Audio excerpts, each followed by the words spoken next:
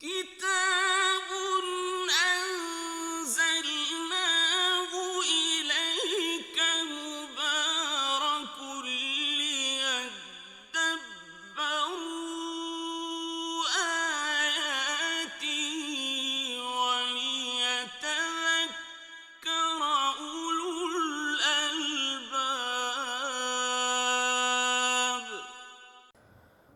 الحمد للہ رب العالمین والصلاة والسلام علی سید الانبیاء والمرسلین اما بعد فاعوذ باللہ من الشیطان الرجیم بسم اللہ الرحمن الرحیم۔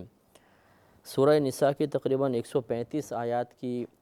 تفسیر بیان ہو چکی ہے۔ 136ویں آیت کی تفسیر ابھی چل رہی تھی۔ اس میں اللہ تبارک و تعالی نے ارشاد فرمایا کہ یا ایہا الذین آمنوا آمنوا باللہ ورسولہ والکتاب الذی نزل علی رسولہ والکتاب الذی انزل من قبل۔ اے ایمان والو، تم ایمان لاؤ اللہ تبارک و تعالیٰ کے ساتھ اور اس کے رسول اور اس کتاب کے ساتھ وہ جو اس کے رسول پر نازل کی گئی، یعنی قرآن عظیم جو نبی کریم صلی اللہ علیہ وسلم پر نازل ہوا، والکتاب الذی انزل من قبل، اور اس کتاب پر بھی جو اس سے پہلے اتاری گئی، یعنی تمام جتنی پچھلے کتابیں اور صحائف وغیرہ من جانب اللہ اتارے گئے ان سب پر ایمان لے کر آؤ۔ تو اس کے بارے میں آپ کو بتایا تھا کہ اللہ نے فرمایا کہ اے ایمان والو ایمان لے کر آؤ، تو اس کو شرعی اصطلاح میں تحصیل حاصل کہا جاتا ہے۔ اگر ہم صرف سرسری طور پر دیکھیں کہ ایک شے پہلے ہی حاصل شدہ ہو پھر اسے حاصل کرنے کی کوشش کرنا یا اسے حاصل کرنے کے لیے حکم دینا ایک عجیب سی بات ہوتی ہے۔ اس لیے ضروری ہوا کہ اس کی تفسیر اور تعویل جانی جائے کہ اصل میں مقصود الہی کیا ہے۔ تو اللہ تعالیٰ اس میں اگر ہم یہاں پر آمنو سے مراد اہل ایمان لیں، مسلمان لیں، تو اس کا مطلب یہ ہوگا کہ اگلا جو آمنو حکم دیا گیا ہے اس سے مراد ہے کہ تم ایمان پر ثابت قدم رہو، ایمان کو مضبوطی سے تھام کر رہو، کبھی بھی ایمان کو چھوڑنا نہیں۔ لہذا یا ایھا الذین آمنوا آمنو، تو اس کا ترجمہ یوں کر دیں گے کہ اے ایمان والو، یعنی اے مسلمانوں تم ایمان پر ثابت قدم رہو، استقامت اختیار کرو۔ اور اگر اس سے مراد منافقین لیں تو پھر آمنو سے مراد یہ ہوگا کہ اے وہ لوگوں جو ظاہری طور پر ایمان لے کر آئے، آمنو حقیقتاً ایمان لے کر آؤ، دل سے ایمان لے کر آؤ، اور جو ایمان لانے کی شرائط ہیں اور وہ ایمان جو بارگاہ الہی میں معتبر ہے اس ایمان کو لے کر آؤ تو تمہاری نجات ہے۔ اور اگر ان سے مراد یہود اور نصارہ مراد لی جائے تو اس سے مطلب یہ ہوگا کہ اے وہ لوگوں جو پچھلے کسی نبی پر اور کسی کتاب پر ایمان لائے، اب اللہ تبارک و تعالیٰ کے اس رسول یعنی نبی کریم صلی اللہ علیہ وسلم اور آپ کی لائی ہوئی کتاب پر ایمان لے کر آؤ۔ تو سب ہو سکتا ہے، تو اللہ نے ارشاد فرمایا کہ یا ایھا الذین آمنوا، اے ایمان والو، آمنو تم ایمان لاؤ باللہ اللہ تبارک و تعالیٰ کے ساتھ، ورسولہ اور اس کے رسول کے ساتھ، والکتاب الذی اور اس کتاب کے ساتھ وہ جو نزل علی رسولہ اس نے اپنے رسول پر نازل فرمائی، والکتاب الذی انزل من قبل اور وہ کتاب جو اس نے اس سے پہلے نازل کی۔ ومن یکفر باللہ وملائکتہ وکتبہ ورسلہ والیوم الآخر، اور جو شخص انکار کرے اللہ تبارک و تعالیٰ کا اور اس کے فرشتوں کا اور اس کی کتابوں کا اور اس کے رسولوں کا اور قیامت کے دن کا، فقد ضل ضلالا بعیدا، تو بے شک وہ بہت بڑی دور کی گمراہی میں جا پڑا۔ تو اس سے یہ معلوم ہوا کہ اللہ تبارک و تعالیٰ کا انکار کرنا جس طرح کفر ہے، اسی طرح اگر کسی فرشتے کا انکار کیا، فرشتوں کے وجود کا انکار کیا تو یہ بھی کفر ہوگا۔ اسی طریقے سے آسمانی جتنی بھی کتابیں اور صحائف ہیں ان کا انکار کرنا بھی کفر ہے۔ لیکن اس انکار کرنے کی صحیح نوعیت جاننا بہت ضروری ہے کہ اللہ تبارک و تعالیٰ نے توریت، زبور اور انجیل کو جس طرح نازل کیا اس طرح ان کے نزول کو ملحوظ رکھتے ہوئے ان کا انکار کرنا کفر ہوگا۔ اور اگر ان میں جب تحریف کر دی گئی، تبدیلی کر دی گئی، اب اگر کوئی ان کتاب کا اس انداز سے انکار کرے کہ میں اس انجیل کو یا اس توریت کو یا اس زبور کو نہیں مانتا ہوں اس لیے کہ اس میں تحریف کر دی گئی ہیں، اور اس شخص کا جس طرح یہ کتابیں اللہ کی طرف سے نازل ہوئی تھیں ان کتابوں پر ایمان ہے، تو پھر اس میں یہ اس آیت کے تحت آدمی داخل نہیں ہوگا۔ لہذا یوں ہی کہنا چاہیے کہ ہم توریت، زبور، انجیل پر ایمان رکھتے ہیں کہ وہ اللہ تعالیٰ کی کتابیں ہیں، لیکن اب جو ان کی موجودہ شکل ہے جس میں انسانی تصرفات بہت زیادہ ہو چکے ہیں، ان کتابوں پر ہم ایمان نہیں رکھتے ہیں، کیونکہ ان میں تبدیلیاں بہت زیادہ ہیں اور یہ حقیقتاً اللہ تبارک و تعالیٰ کا کلام نہیں ہے۔ اگر ہے تو اس میں ملاوٹ بہت زیادہ کر دی گئی ہے، تحریفات کر دی گئی ہیں، اور مخلوق اور خالق کے کلام میں تمییز اب ممکن نہیں ہے، ان کو جدا جدا کرنا ممکن نہیں ہے، لہٰذا ان پر اس موجودہ شکل پر ہم ایمان نہیں رکھتے کہ اللہ کی کتاب ہے، جس شکل میں نازل کی گئی اس پر ایمان ہوگا۔ ان الذین آمنوا، پھر آگے ارشاد فرمایا کہ بے شک وہ جو ایمان لائے، ثم کفروا، پھر انہوں نے کفر کیا، ثم آمنوا، پھر وہ ایمان لے آئے، ثم کفروا، پھر انہوں نے کفر کیا، ثم ازدادوا کفرا، پھر وہ کفر میں زیادہ ہو گئے، لم یکن اللہ، تو اللہ تبارک و تعالیٰ کی یہ شان نہیں لیغفر لہم کہ ان کی بخشش فرما دے، ولا لیہدیہم سبیلا، اور نہ اللہ کی یہ شان ہے کہ ان کے لیے کوئی نجات کی راہ قائم کرے۔ تو ان سے مراد اس آیت میں منافقین بھی ہو سکتے ہیں، کیونکہ ان الذین آمنوا، بے شک وہ جو ایمان لائے، یہ پہلے نبی کریم صلی اللہ علیہ وسلم پر ایمان لائے، ثم کفروا، پھر انہوں نے کفر کیا، ثم آمنوا، پھر کچھ منافقین ایمان لے آئے تھے، ثم کفروا، پھر انہوں نے دوبارہ کفر اختیار کیا، اور ثم ازدادوا کفرا، پھر یہ کفر میں بڑھتے چلے گئے اور دشمنی رسول اور مسلمانوں کی دشمنی میں حد سے آگے بڑھے اور ہلاک و برباد ہو گئے۔ اور اگر ان سے مراد یہود بھی ہو سکتے ہیں، ان کے لیے پھر یہ آیت کا مفہوم یہ ہوگا کہ ان الذین آمنوا، بے شک وہ جو موسیٰ پر ایمان لے کر آئے، ثم کفروا، پھر یہ بچھڑے کی عبادت کر کے کافر ہو گئے، ثم آمنوا، پھر اللہ تعالیٰ نے معاف فرمایا تو انہوں نے توبہ کی، اپنی اصلاح کر لی، ایمان کے قریب ہو گئے، ثم کفروا، پھر انہوں نے حضرت عیسیٰ علیہ السلام اور انجیل کا انکار کر کے کفر اختیار کیا، ثم ازدادوا کفرا، پھر یہ نبی کریم صلی اللہ علیہ وسلم اور قرآن کا انکار کر کے اپنے کفر میں اور زیادہ بڑھ گئے۔ تو اب اللہ نے حکم فرما دیا کہ ان کی نہ تو بخشش ہوگی، نہ ان کے لیے کوئی نجات کا راستہ ہے۔ تو اس سے یہ بھی معلوم ہوا کہ نہ تو منافق بخشا جائے گا جو حقیقتاً منافق اعتقادی ہو، اور نہ اب کوئی یہود یا عیسائی میں سے کسی شخص کی بخشش ہو سکتی ہے، ایمان لانا لازم ہے۔ آگے ارشاد فرمایا کہ بشر المنافقین بان لہم عذابا علیما، آپ منافقین کو خوشخبری سنا دیجئے کہ بے شک ان کے لیے دردناک عذاب ہے۔ الذین یتخذون الکافرین اولیاء من دون المؤمنین، وہ منافقین جو مسلمانوں کو چھوڑ کر کفار کو اپنا دوست بناتے ہیں۔ تو یہ اس کی وجہ کیا تھی؟ اس کی وجہ خود اللہ تبارک و تعالیٰ نے ارشاد فرما دی، ایبتغون عندہم العزۃ، کیا یہ ان کفار کے پاس عزت تلاش کرتے ہیں؟ فإن العزۃ للہ جمیعا، تو بے شک عزت تو تمام کی تمام اللہ تبارک و تعالیٰ کے لیے ہے۔ تو یہ کفار جو منافقین تھے، یہ کفار سے جا کر ملتے تھے اور یہ سوچتے تھے کہ کفار کو بعض کفار ایسے تھے جیسے مشرکین مکہ وغیرہ کہ ان کو ظاہری شان و شوکت حاصل تھی، تو یہ منافقین ان کے پاس جاتے تھے اور ان کی شان و شوکت سے متاثر ہوتے تھے، ان کو جو معاشرے میں بظاہر عزت حاصل تھی اس سے یہ بہت زیادہ متاثر ہوتے تھے، اور خواہش یہ ہوتی تھی کہ ہم ان کے پاس جائیں گے تو ہمیں بھی کچھ مقام مرتبہ کچھ عزت حاصل ہوگی۔ تو اللہ تبارک و تعالیٰ نے ان کی سختی کے ساتھ مذمت فرمائی کہ جو مسلمانوں کو چھوڑ کر کفار کے پاس جاتے ہیں اور اس لیے کہ ان کے پاس سے عزت ملے، تو پھر یہ یاد رکھیں کہ عزت تو تمام کے تمام اللہ کے لیے ہے، یعنی جب عزت مکمل اللہ کے لیے ہے تو پھر اللہ تبارک و تعالیٰ کے قبضہ قدرت میں جو عزت ہے وہ جس کو چاہے گا عطا فرمائے گا، کیونکہ اصل تو مالک وہ ہے۔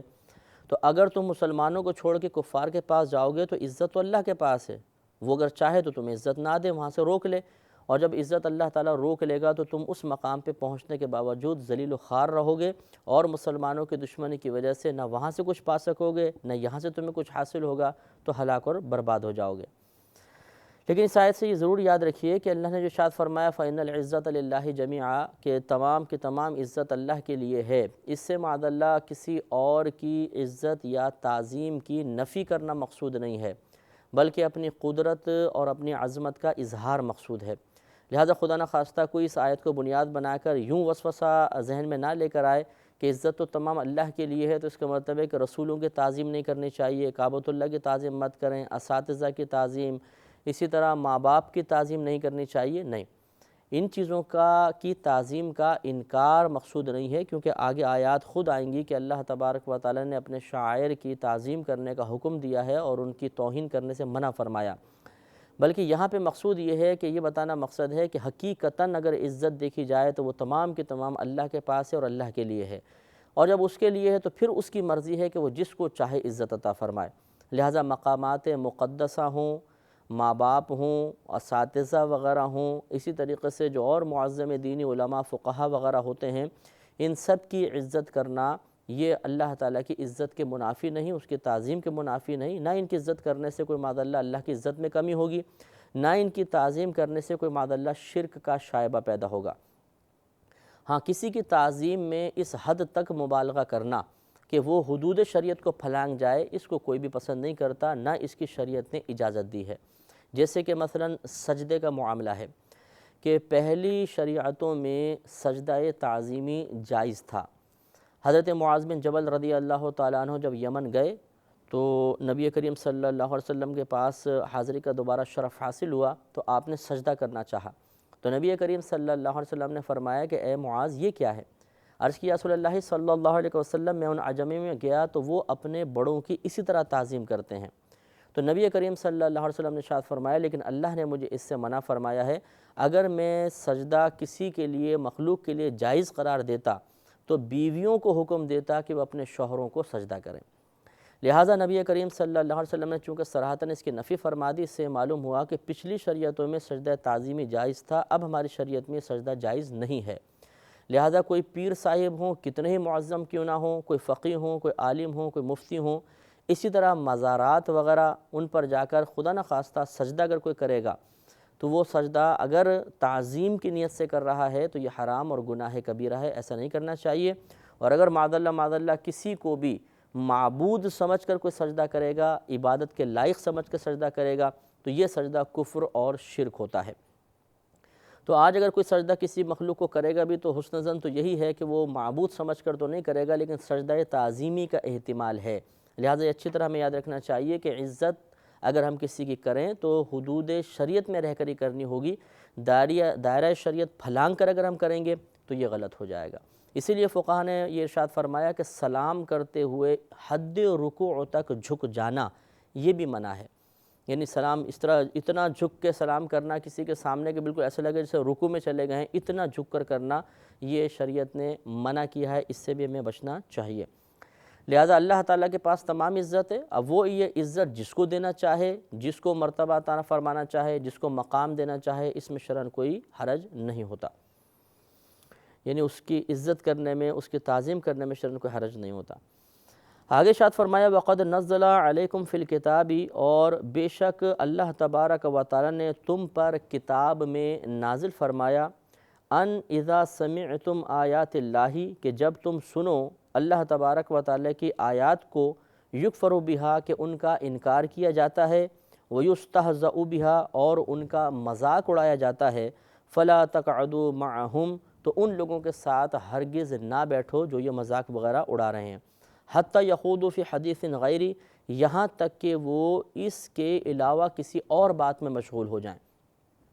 تو اس میں اللہ تبارک و تعالیٰ نے بروں کی صحبت اختیار کرنے سے منع فرمایا کہ ایسے لوگ جو اللہ تعالیٰ جن کے بارے میں تم یہ سنو کہ وہ اللہ تبارک و تعالیٰ کی آیات کا انکار کر رہے ہیں یا اللہ تبارک و تعالیٰ کی آیات کا مذاق اڑا رہے ہیں، تو ان کے پاس ہرگز نہ بیٹھنا۔ ہاں، جب وہ کسی اور بات میں مشغول ہو جائیں اور پھر ان کے پاس تمہاری کوئی حاجت ہو، کوئی مسئلہ ہو، کوئی کام ہو، تو پھر بامر مجبوری تم ان کے ساتھ بیٹھ سکتے ہو، لیکن ان کے ساتھ بھی ایسی حالت میں کہ جب وہ اس قسم کا غلط کام کر رہے ہوں بیٹھنا سختی کے ساتھ منع ہے۔ انکم اذا مثلہم، بے شک تم اس وقت انہی کی مثل ہوگے، یعنی جس وقت اگر وہ مذاق اڑا رہے ہیں یا انکار کر رہے ہیں، اگر تم ان کے ساتھ شامل ہو گئے اور دل سے ان کے مذاق کو یا اس بات کو برا بھی نہیں مان رہے ہو، تو یہ دراصل ایک کفریہ کام پہ رضامندی ہوگی۔ اور جو شخص کفر پر راضی ہوتا ہے تو فقہا نے لکھا کہ رضا بالکفر کفر ہوتی ہے، کہ کفر پر راضی ہونا بھی کفر ہے، لہٰذا اگر تم ان کے ساتھ بیٹھو گے تو انہی کی مثل ہو جاؤ گے، یعنی دائرہ اسلام سے خارج ہو جاؤ گے۔ تو اس سے یہ معلوم ہوا کہ یہ آیت ویسے تو صرف ان لوگوں کے بارے میں بظاہر نشاندہی کر رہی ہے کہ جو اللہ تعالیٰ کی آیات کا انکار کرے یا ان کا مذاق اڑائے، لیکن اس کا مفہوم بڑا وسیع ہے، اور اس سے وہ تمام صحبتیں منع کر دی گئیں، ان تمام بیٹھکوں کو منع کر دیا گیا جو ہمیں گمراہی کی طرف لے کر جائیں، غلط تصورات کی طرف، غلط نظریات، غلط خیالات، غلط عادات، غلط اخلاق اور غلط کردار کی وہ نشاندہی کریں۔ ان تمام لوگوں سے ہمیں بچنے کی کوشش کرنی چاہیے۔ نبی کریم صلی اللہ علیہ وسلم کا فرمان ہے کہ جب بھی تم دوست بناؤ تو پہلے دیکھ لو کہ کس کو دوست بنا رہے ہو، اس لیے کہ ہر شخص اپنے دوست کے راستے پر ہوتا ہے، لہذا اگر وہ نیک ہے تو یہ بھی نیک بنے گا، وہ گناہ گار ہے تو یہ بھی گناہ گار بنے گا، وہ جھوٹ بول رہا ہے تو آہستہ آہستہ جھوٹ کی یہ عادت ہم میں بھی سرایت کر جائے گی۔ جو بہت زیادہ ہنسی مذاق کا عادی ہو اس کے ساتھ بیٹھ جائیں تو آپ کو بھی ہنسی مذاق کی عادت ہو جائے گی۔ اگر وہ ماں باپ کا بدتمیز ہے تو ہم بھی بدتمیزی کرنے لگیں گے۔ اگر وہ نشے کا عادی ہے تو کچھ عرصے بعد ہمیں بھی نشے کی عادت لگ جائے گی۔ اگر وہ خدا نخواستہ نازیب اور فحش کلمات زبان سے نکالتا ہے تو کچھ عرصے بعد ہماری زبانیں بھی ایسے ہی کلمات نکالتی نظر آئیں گی۔ لہٰذا اس آیت کریمہ سے ہر قسم کے برے شخص کے پاس جانے سے منع کیا گیا ہے، یہی ہمیں مفہوم اخذ کرنا چاہیے۔ ہاں اگر ان سے کوئی کام ہو، مثال کے طور پہ جیسے اسکول ہیں، کالج ہیں، یونیورسٹی وغیرہ کے ماحول ہیں، اس میں تمام خرافات ہوتی ہیں کلاسوں وغیرہ کے اندر، اور بہت سے ہر قسم کے نیچر کے لوگ ہوتے ہیں۔ اسی طرح آفس ہے، فیکٹری وغیرہ کے اندر کسی جگہ آپ گئے، یا پبلک پلیس میں کسی مقام پہ آپ کھڑے ہوئے ہیں، مجبوراً ہیں، وہاں سے آپ ہٹ نہیں سکتے ہیں، اور وہاں پہ اس قسم کی گفتگو شروع ہو گئی ہے، تو پھر اس میں حکم یہ ہے کہ اگر وہاں سے ہٹ سکتے ہیں تو ہٹ جائیں، انہیں روک سکتے ہیں تو روک دیں۔ اگر روک بھی نہیں سکتے اور فی الحال وہاں سے ہٹ بھی نہیں سکتے تو کم از کم اسے دل میں برا جانیں، یہ ضروری ہے۔ نبی کریم صلی اللہ علیہ وسلم نے ارشاد فرمایا کہ اگر کوئی کسی کو برائی کرتے دیکھے تو اس کو ہاتھ سے روک دے، ہاتھ سے نہیں روکتا تو زبان سے روکے، اور زبان سے بھی نہیں روک سکتا تو کم از کم دل میں اس کو برا جانے، اور یہ ایمان کا کمزور ترین درجہ ہے۔ تو اس لیے اس کمزور ترین درجے کو تو کم از کم ہمیں حاصل ضرور کرنا ہوگا۔ آگے ارشاد ہوتا ہے کہ ان اللہ جامع المنافقین والکافرین فی جہنم جمیعا، بے شک اللہ تبارک و تعالی منافقین اور کافرین کو تمام کو جہنم میں جمع فرمائے گا۔ تو اس سے معلوم یہ ہوا کہ یہ نص سے صریح ہے اس بات کے اوپر کہ جو حالت نفاق میں رخصت ہو گیا اور اسی طرح جو حالت کفر میں دنیا سے رخصت ہو گیا وہ ضرور جہنم میں جائے گا، جہنم سے نکل نہیں سکے گا۔